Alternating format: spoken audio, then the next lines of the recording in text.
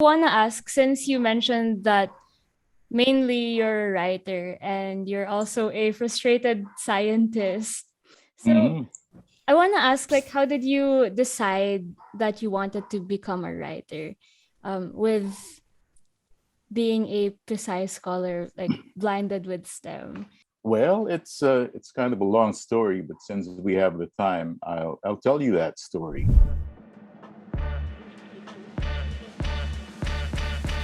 Hello, everyone, and welcome to the Kilalanin Natin podcast. So, I'm Erica, your host.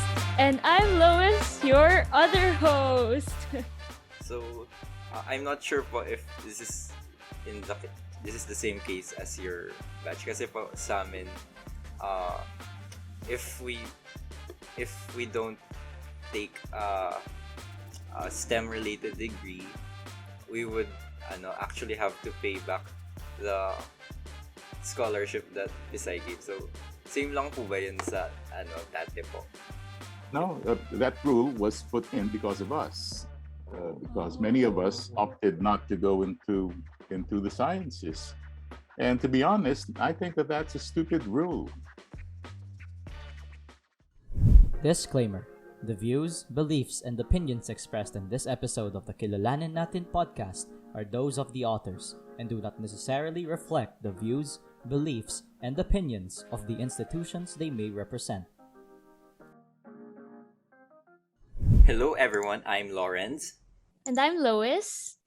and you're listening to Kilalanin Kilalanin natin. Natin. Kilala nyo ba? Tara't kilalanin. So, kumusta mga kakilala? And thank you so much for tuning in to the second episode of Kilalanin Natin. So you guys may be surprised why I'm hosting for this episode. I'm actually just a writer slash researcher for Kilalanin Natin, but yes, I'll do my best to host for today. So, Lawrence, what are we actually doing for this episode? So today we are going to be meeting and having a talk with our second guest. So I guess let's not keep this introduction any longer, since we are so excited. So Lois, can you give us a brief background? Sure. So, to introduce our guest for today, he is a writer, having written books, plays, and scripts for movies. He has received numerous achievements for his works, such as being deemed by the Cultural Center of the Philippines as one of the top 100 most accomplished Filipino artists of the past century, having 16 Palanca Awards in 5 different genres and 6 National Book Awards, among other awards. And apart from being a writer, he has worked as a newspaper reporter, professional editor, and UP Diliman professor. And let's not forget, he was also a Pisay scholar. So welcome Sir Jose Dalisay Jr. to Kilalanin Natin. Good morning. Magandang umaga sa inyong lahat. Thank So, you so sir, much for joining We're us. so thankful po na you decided to join us here today. Anytime. So, Professor Butch, how do you feel at this moment? And how do you feel today po? I'm good. I'm ready for a day's work. And of course, the pandemic has kind of receded a bit. So we're all feeling much better, especially with Christmas around the corner. Yeah, we're all excited for this Christmas season po. First po, we'd like to ask, since this is the first thing we ask our guests, in your own words, who is Jose Dalisay Jr. po? Well, I'm a professional writer, teacher, and maybe a frustrated scientist. But most of all, I suppose I should say I'm a writer of all kinds of things: stories, essays, plays, journalistic material, commercial material. I call myself a kind of of a Swiss Army knife of writing, because this is what I've been doing all my life, aside from teaching. So that's me. And I should also add, I'm a collector of all kinds of old things, strange and Wow. wonderful, antiquarian books, vintage fountain pens, typewriters, uh, Apple computers, and I play poker, and I have a wonderful wife, June or Beng, who is an artist, and we have one daughter, Demi, who is now 47. So she's much older than you. She could be your mother. Yeah, it's so cool to get to know all of these sides of you po. And I wanna ask, since you mentioned that mainly you're a writer and you're also a frustrated scientist. So Mhm. I wanna ask, like, how did you decide that you wanted to become a writer? With being a precise scholar, like blinded with STEM. And Okay. yeah. Well, it's kind of a long story, but since we have the time, I'll tell you that story, as I've often told people who ask me, how did you end up becoming a writer? And this begins in grade school, and I went to LaSalle, Green Hills, in grade school. And as I often say, I was the poorest kid in LaSalle, uh, and I mean that literally, no? Because my parents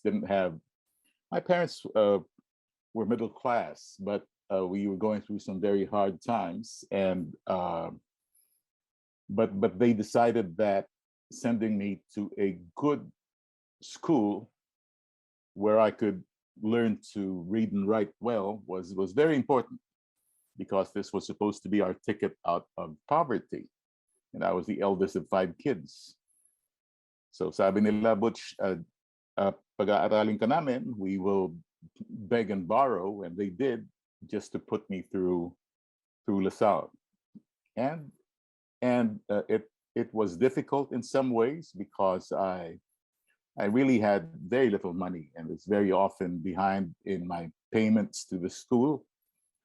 But I did pretty well, and my classmates were very supportive of me. No, it was a positive experience, and but because I couldn't socialize all that much with my well-off classmates, I became a bookworm. Doon ako nagbabad sa library ng Lasal. Binasa ko lahat ng mababasa ko. And I loved the history and the travel and the science books. And, Tom Swift, The Wonder World of Science, of course, all the Hardy Boys. And when I graduated when I was about to finish grade school, my parents told me, naku, talagang hindi na natin kayang pag-aralin ka pa dito sa high school. Pero may bagong bukas na high school, nag-o-offer ng scholarships. Baka pwede kang makapasok doon. And so I applied for the exam, Philippine Science High School. And I remember I took the exam at somewhere in Cubao. At parang okay lang sa akin yung exam. Parang wala man akong pressure o ano. I'm one of those strange people who likes exams and who don't study much. I'm not a note taker. I'm not a reviewer. I just walk into the room with what's in my head. And much to everyone's surprise, including mine, I topped the entrance exam in 1966. And so my parents were very happy we were able to buy a TV. because of that, because they were going to save on my high school education. But so when I got into Philippine science, syempre medyo mayabang ako noon. I mean, hindi naman ako nagmamayabang, pero I felt like I was walking on clouds, being the top notcher, and everyone recognized you if you were number one. And but after my first year, my grade in English was 1.0, which I kind of expected. But my grade in math was 5.0 because I was terrorized by our math teacher. I mean, she was probably okay, except that I was really a really bad math student, and so I was supposed to be kicked out. Seeing ko eh. But then the administration probably thought, I mean, how can we kick out our top notcher? And they gave me a chance by asking me to write a letter of appeal. Siyempre, doon ko ginamit lahat ng English ko. Nakaawa ako na, let me stay on probation. And thankfully, they agreed, and I was on probation for the rest of my high school years.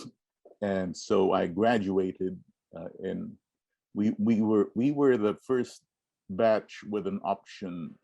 Actually, we did have an option to stay 5 years or to leave school at 4.5 years. Kami yung unique section, yung Ruby, that decided to go as soon as we could. And so I graduated after 4.5 years, and I entered UP in October 1970 as an industrial engineering major. Now, I didn't know what industrial engineering was. Parang maganda lang pakinggan. I wanted to be an engineer, pero alam ko mahina ako sa math. Nisip ko, baka itong industrial engineer, baka hindi masyadong math ito. Ngayon, after 1 sem in UP, my grade in English was again 1.0, and my grade in math was 5.0 again. Mm-hmm. But this time, dahil hindi ako pumapasok, dahil kayabangan, sabi ko, Philippine Science High School graduate naman ako, nagka-calculus na kami yung junior year pa lang, bakit ako papasok ulit sa algebra? So dahil sa kayabangan ko, nasa 5 ulit ako. And I think that was what made me accept that I was never going to be a scientist. And the only thing I knew how to do reasonably well was to write. And so I guess that decided my fate to become a writer for life. Of course, no science site lang naman, editor na ako ng Science Scholar. So I kind of knew that writing was what I really wanted to do. So doon ko na muna tatapusin yung kwento ko ng yung aking buhay noong aking kabataan. So I'm not sure po if this is the same case as your batch, kasi po sa amin, if we don't take a STEM related degree, we would actually have to pay back the scholarship that Pisay gave. So same lang po ba yun sa dati po? No, that rule was put in because of us, because many of us opted not to go into the sciences. And to be honest, I think that that's a stupid rule. You cannot force a 12-year-old to sign a contract saying he or she will be a scientist. You can't take that choice away from the person.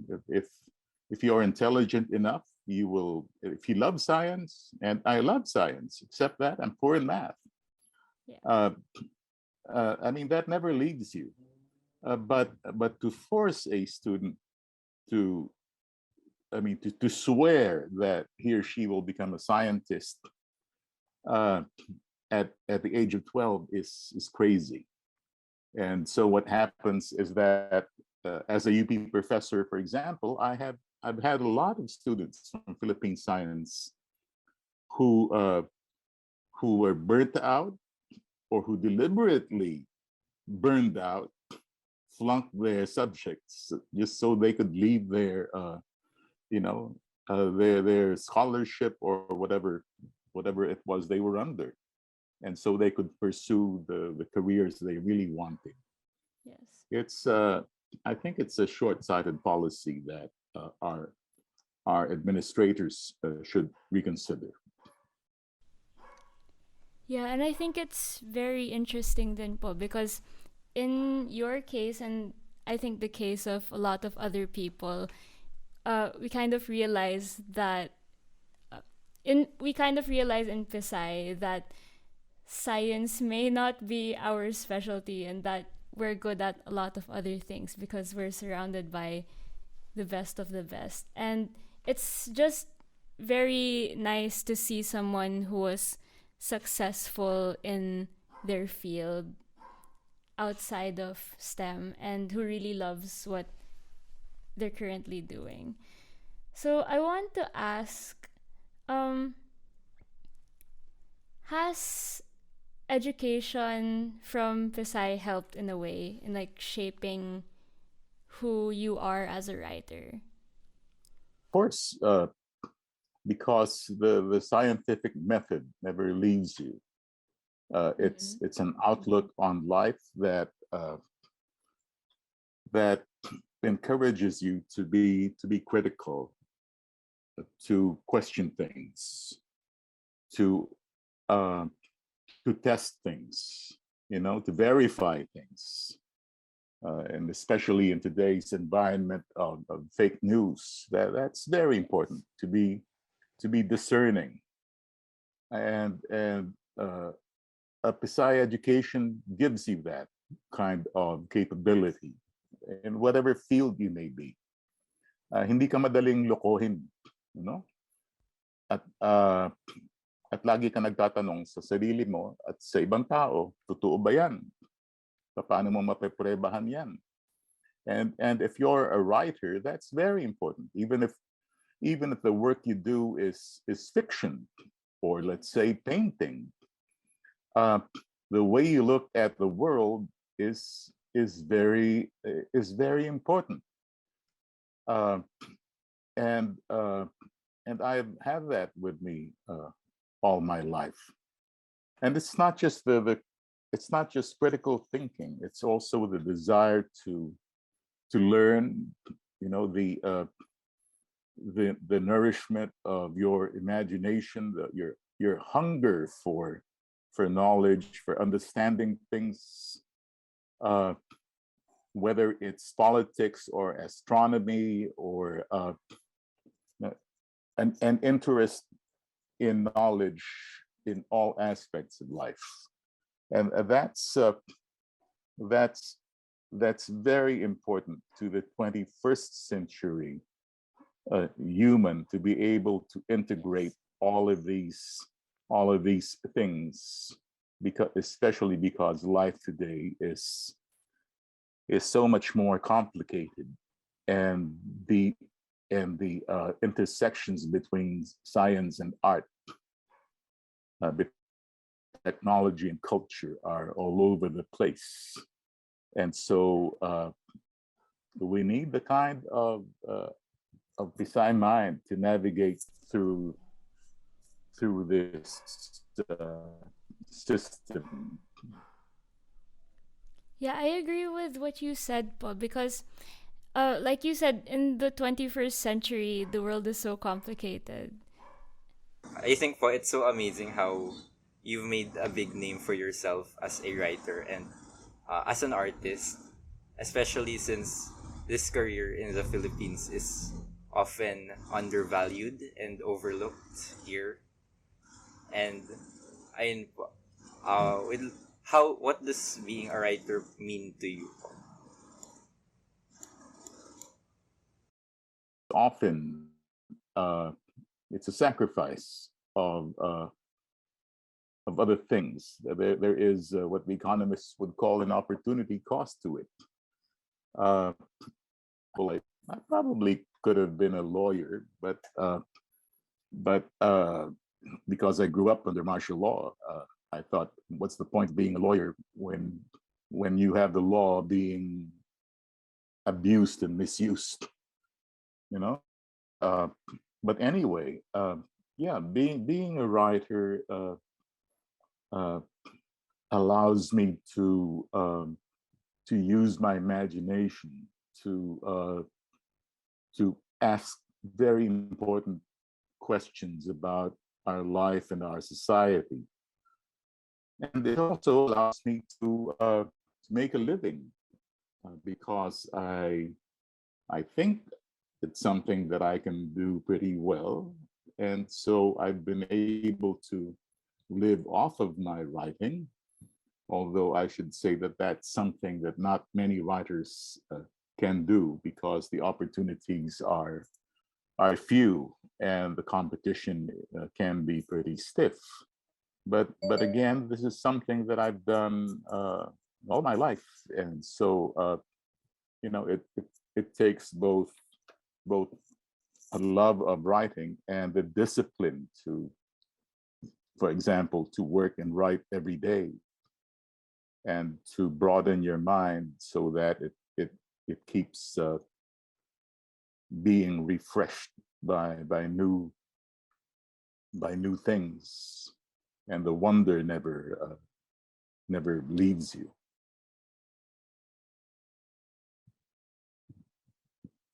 Thank you so I- much. That's such a nice answer po na you use your voice. Those who can use their voice, speak it for Yes, those ano. So uh well in that topic po you've mentioned na you actually grew up under martial law and uh I'm not sure po pero you were also a political prisoner during martial law. I think this is a very relevant topic, especially today na another yes, Marcos is running for candidacy. So yes. That's true. You know, I've written an essay that's kind of gone viral, where I recall that Ferdinand Marcos was the guest speaker at our grade school graduation in LaSalle because his son was going to school there, and at that time, you know, I admired him. Many Filipinos admired him. He seemed like a very capable and and strong leader, uh, and he was a brilliant speaker. But then, even even at a very young age, especially when I went to UP, I could see that his government was doing things that were, to me, very bad and very wrong. Uh, you know, we were getting militarized. Uh, there was a lot of corruption even then. And so I protested that. And that's how I became an activist. And, but in 1972, when martial law was declared, I was arrested and imprisoned for 7 months, along with many others. And so I spent my 19th birthday in prison in Bonifacio, where you now have Bonifacio Global City. Uh, that was prison for us. And so every time I drive through there, I remember a different place and a different experience. And I was released after 7 months, but of course that experience stayed with me for life. And I wrote about it in my first novel, which was Killing Time in a Warm Place. And one of the points I make in that novel is that Marcos could not have become who he was or stayed in power for so long if he did not have the tacit support, or at least the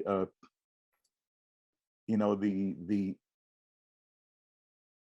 passive support of the Filipino people, or the majority of the Filipino people. This means that uh, this means that if uh, if we allow tyrants and dictators to rule over us, they will, and we will be the poorer for it. No? Hindi naman magtatagal sa poder si Marcos noon kung hindi rin natin pinayagan. I mean, kaming mga aktivista, iilan lang kami. Pero ang karamihan ng mga Pilipino, okay lang sa kanila, o kaya wala silang pakialam. At ito tuloy ang nangyari. At ito ang ayokong mangyari uli ngayon. Na dahil nagpabaya tayo, nauulit na naman itong panahon ng ligalig sa ating lipunan. And what do you think needs to be done now po to prevent something like that from happening again, from your perspective po? Well, we need to apply our critical thinking to the situation at hand and examine, our politics and its players, and who among our candidates can best address our problems with sincerity, with integrity, and with capability. And those are very big questions for us to answer. And it's important that it's not only we, the so-called intelligentsia,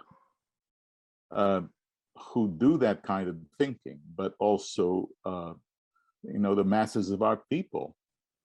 We need to engage them in dialogue.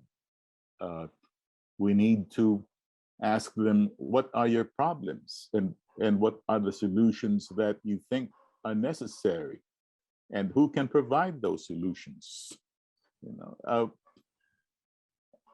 Our electorate, I think, really needs to be educated in a way, and to have a long-term perspective of our future, so that they will vote not just for the present, but for their children.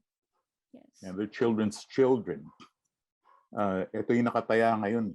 Hindi lang yung kung sino ba yung mananalo ngayon. Kung hindi, ano ba ang klase ng kinabukasan na gusto natin para sa ating, hindi lang para sa ating sarili, kundi para sa ating mga anak at apo. Thank you so much for sharing that po. And I also think that if we actually want something to change, it shouldn't just be with us. We should engage in dialogue with the masses, because that's where they're the ones who have the real power po. So thank you so much for sharing that. I remember rin po, kasi I read one of your blogs, and may nabasa po ako dun. It is not a group of people or specific individuals that we should be fighting against, and parang it is the systems that have created and supported them. So I think that's a very good point, na same different people, same agenda, same corruption. So we really have to abolish and change the system to have a better future. So Yeah, go ahead. no, you can go ahead po. Sorry. We have to learn to recognize evil. This is nothing less than a battle between good and evil. And I don't mean that just or necessarily in a religious sense. There are people out there who are determined to make our lives worse and poorer. uh, and we have to stop that. You know, so this is a titanic battle that we are engaged in today, and I'm kind of sorry that half a century after we thought that we fought that battle, uh, we're, we're here back in the trenches fighting it all over again. And this time it's your generation on the front lines. Kaya kayo yung talagang nakataya dito. Kayo yung dapat lumaban dito. Kasi kami pawala na kami. Uh, uh, we just have a few years left in us. And in a sense, we can probably survive whatever comes. Pero kayo, you're not even at the peak of your lives. You're just getting there, and you deserve every opportunity to grow and to be able to help others in the freest way possible. You have to be enabled, and to do that we need honest and visionary and capable leadership that will make Filipinos again feel proud to be who they are, to make us feel good about ourselves, and to be accountable to us. Dapat tapos na yung panahon na dinidiktahan tayo ng kung ano dapat nating gawin at mura tayo. We don't deserve that. We deserve something better. Thank you so much po. And yeah, I think our generation and the coming generations deserve a leader that is going to serve the people and put the people above their own interest. So we want to ask you some questions about being a writer and how that has affected your life in general. So we're moving on to our next segment, Tanungin Natin, where we're going to ask you, sir, questions that we prepared to get to know you more. So the first thing we want to know is, what obstacles have you dealt with in being a writer? Well, a lot, because again, writing in this country is still seen as something less than a profession. Yes. When I was starting out, especially nung sumusulat pa ako ng pelikula noon, halimbawa, ng mga scripts para kay Lino Broca, among others, I would still meet people, directors and producers, for example, who, as they say in the industry, sinuba nila ako. Ibig sabihin, hindi nila ako binayaran ng aking dapat natanggap. Because I was young, I was ambitious, I was eager. They took advantage of that and got away with it. People will exploit you if you are young and new and eager to make a name for himself in the industry. So that was one. Of course, another difficulty was that I dropped out of UP for many years when I became an activist, and so I had to, when I was getting a job, my first jobs, I had no degree, and that was also a problem. People sometimes did not take you seriously because you were a dropout. I mean, of course, subsequently I went back to school and went all the way up to a PhD. but back then, I had to I had to basically fend for myself. I had no lessons in journalism. I had to learn on the job. Uh, my some of my editors would be very severe in their criticism, but it was all a learning experience. And of course today I'm thankful for that. So nothing came easy. I had to fight every step of the way uh, to to be recognized and and also to earn for my family. I had to learn to write all kinds of things, scripts, speeches, brochures, whatever job came my way, even if it was unglamorous. I learned to do that with skill and discipline because it was what was putting food on the table. And that too is important. It's a lesson in humility that there are more important things than your art. Uh, and survival is one of them, not just yours, but the survival of others. Yes. Again, a writer's struggles are never over because even after you've been recognized and even money may no longer be a problem, but then you have your inner demons to contend with. Are you telling the truth? Are you helping people? Are you serving humanity? These are all questions that will remain with you and which will need to be revisited and answered all over again.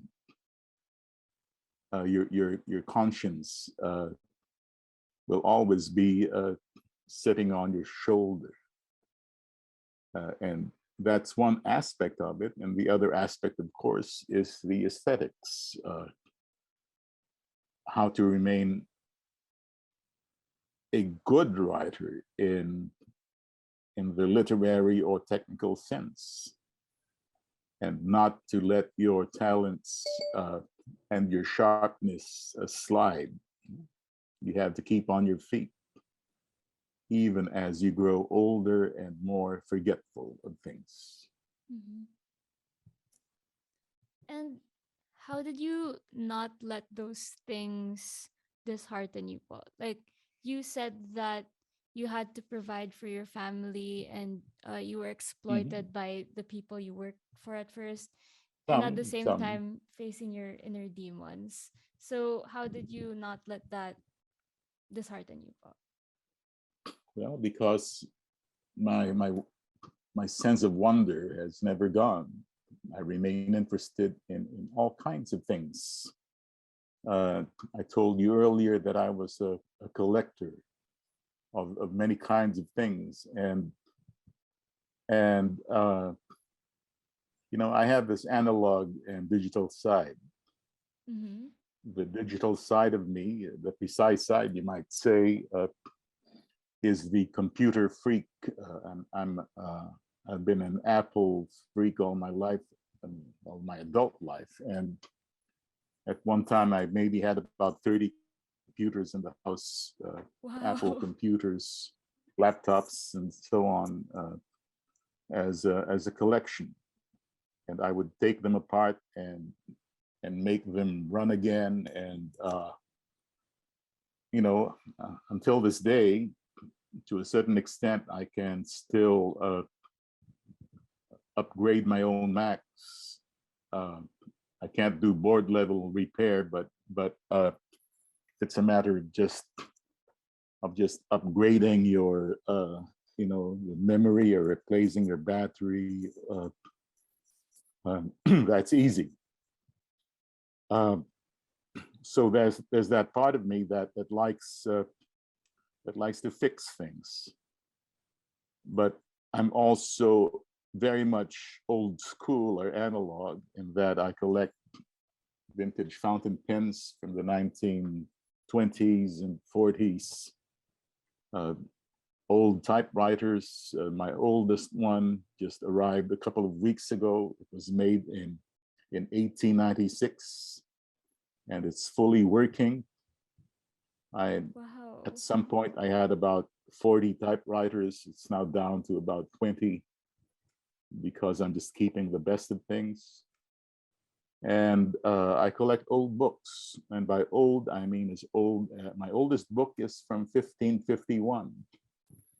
Uh, Wow. and last week I got a batch of 14 books from the 1600s and 1700s. I can't read all of them. They're in Latin, in Spanish, and French. I can understand them a bit using dictionaries and what I learned of French and German and Spanish in college. But basically, I'm collecting them to be able to donate them to UP or some other library for another generation of scholars who can make the best of them. So in other words, I keep interested in things. Um, I keep abreast of the science news. Um, I I want to know what's going on in the world. I don't think there's anything I'm not interested in. Uh, I I like watching cooking shows, uh, and then uh, I've become a kind of a K-drama fan because my wife watches K-dramas, and I can't avoid watching them with her. Uh, so anything interests me, and and if you're a writer, that's important because the minute you stop being interested in things, then life becomes a bore and a chore, and then that flame of imagination in you will get snuffed out, and and you might as well die because there's nothing more to live for. Of course, there's my family to live for, and that's also very important. My wife and our daughter and our apuhan, the son of our housekeeper, who's practically our grandson. And I'm going to make sure he goes to college because he's a bright kid. He's only 5 years old, but he brings me and my wife joy. And watching him discover the world is fascinating, and and it makes me want to live longer so I can see him grow up into a good young man. It's so refreshing po to see someone in their later years who's still this interested in the world. And I hope that when we grow up we become even more interested in the world, and we become something like how you are right now. So Lawrence, do you want to So ask the next yes, next I'll ask question? the second question. So among your works, what is your favorite, or what do you hold closest to you? I get asked that a lot, and that's like asking if you had many kids, who among them is your favorite, and that's something you will never publicly say. But some of my books are kind of more special to me. There's a book of stories. My second book, Penmanship and Other Stories, for example. No, it's not my second book. It's, I think, my nth book. But yes, I've published 42 books now, so it's kind of hard to keep track of all of them. But I like Penmanship and Other Stories because I think that's where I took a lot of risks in writing, and some of my favorite stories are in that book, and they were hard to write, which is a good thing. That's always a test for me that I really put a lot of effort into a story.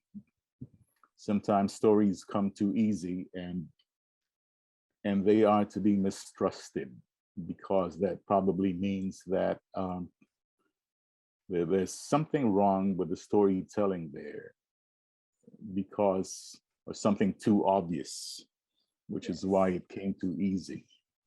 And I always warn my students about that. Uh, stories don't write themselves.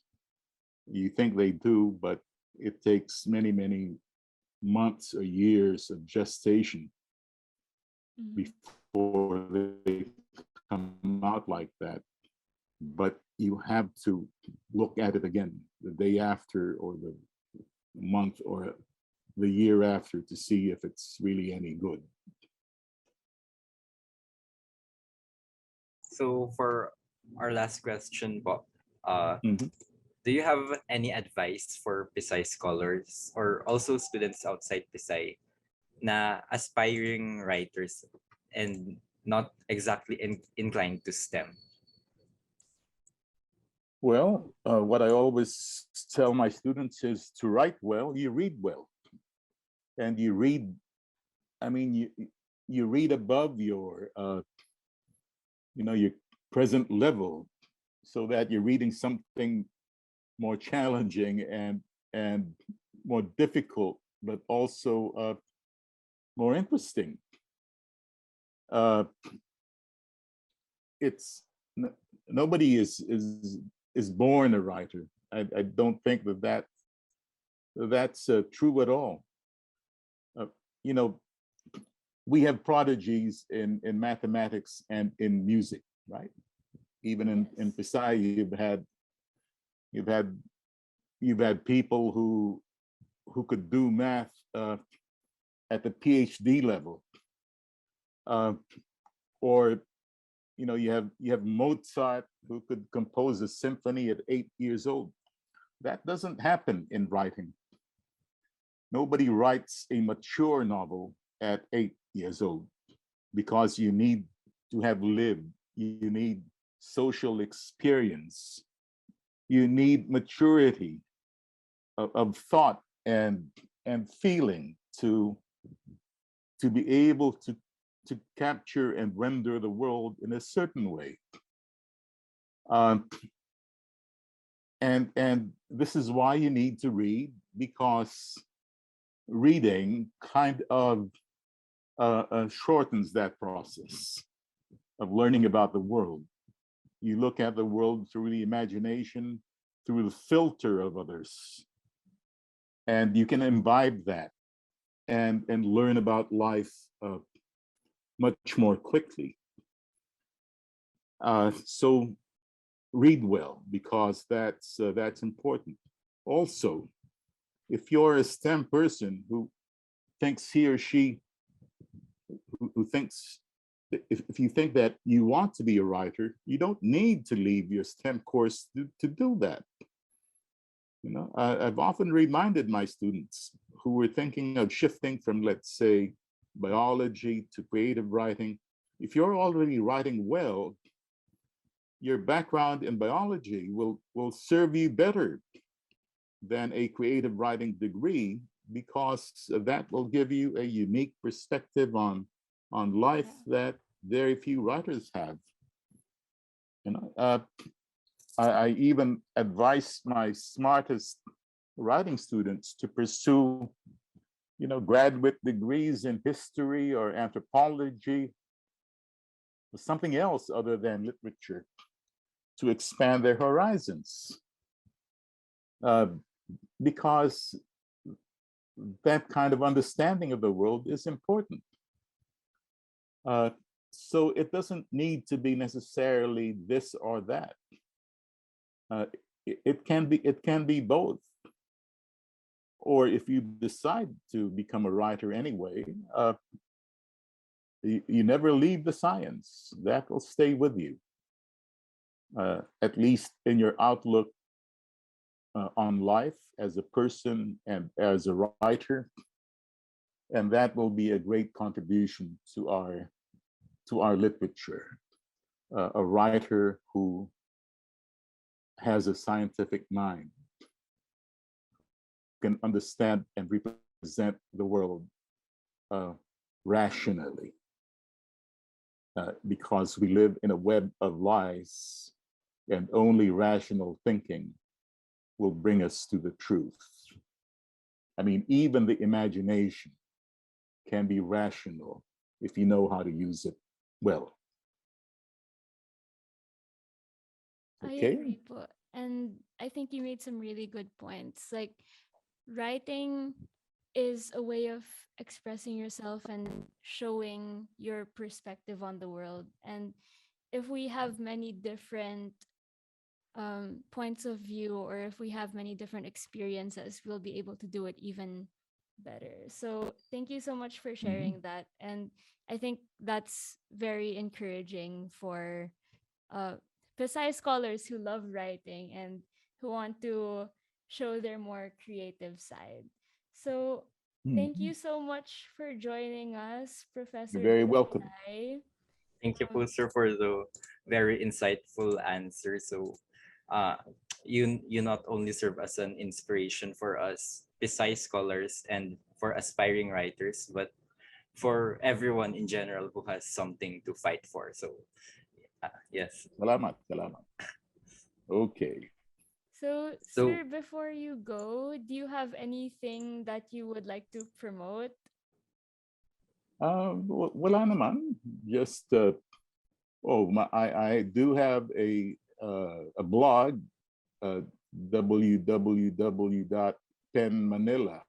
www.penmanila.ph, and you can see several years worth of musings there.